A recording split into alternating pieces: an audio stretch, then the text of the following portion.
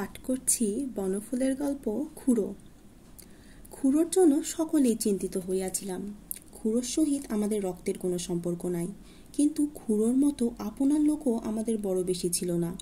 খুড়ো বয়সে আমাদিগের অপেক্ষা অনেক বড়, চুল গোফ পাকিয়াছে এবং পাকিয়া নিজেই যেন বেকুব বনিয়া গিয়াছে। খুড়োর সেদিকে ভ্রুক্ষেপও নাই। গ্রামের সকলেই খুড়ো অন্তঃপ্রাণ, একটি লোক ছাড়া, তিনি খুড়িমা। আজ সকালে তিনি ঝাঁটা মারিয়া খুড়োকে বাহির করিয়া দিয়াছেন। বিপন্ন খুড়ো চণ্ডী মণ্ডপে আসিয়া আশ্রয় লইয়াছেন। মাধব ভয়ে ভয়ে প্রশ্ন করিল, খুড়ো, ব্যাপারটা কি বলতো? খুড়ো নীরব। একটু কিছুক্ষণ পরেই খুড়োর চক্ষু দুইটি হাসিতে হাসিতে উদ্ভাসিত হইয়া উঠল। হাসিয়া কহিলেন, লেপ তোষক ছিঁড়ে গেছে রে। তা আমি কি করব বল, পুরনো জিনিস ছিঁড়বে না?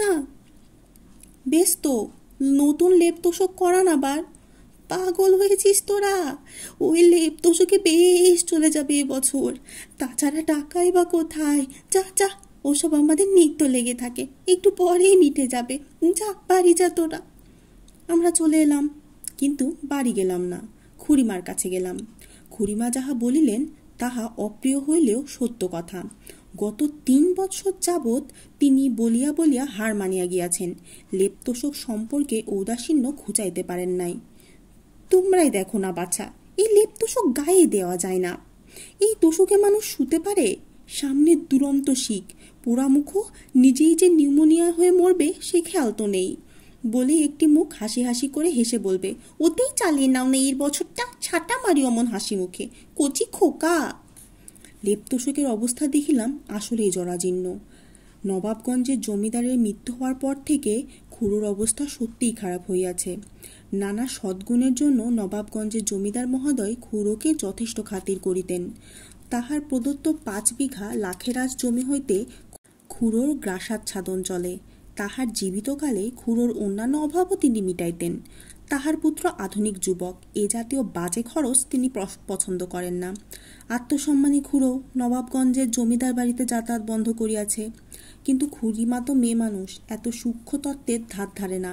তাহার যুক্তি সহজ, শীত পড়িয়াছে, লেপ তোষক চাই। খুড়িমার নিকট হইতে বাহির হইয়া আসিলাম।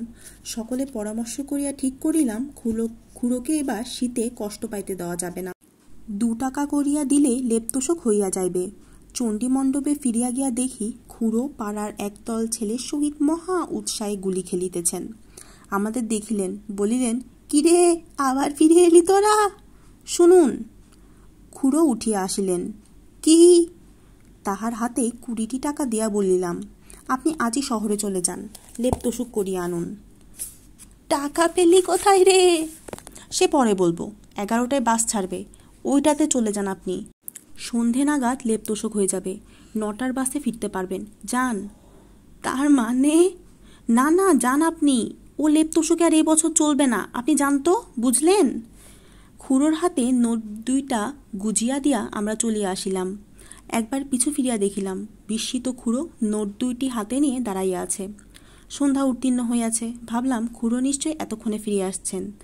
যাই দেখে আসা যাক কিরকম লেপ তোষক হইয়াছে। খুড়োর বাড়ির দিকে অগ্রসর হইলাম। বাড়ির কাছাকাছি যাইতেই শুনিলাম খুড়িমা তার স্বরে চিৎকার করিতেছেন। ব্যাপারখানা কি?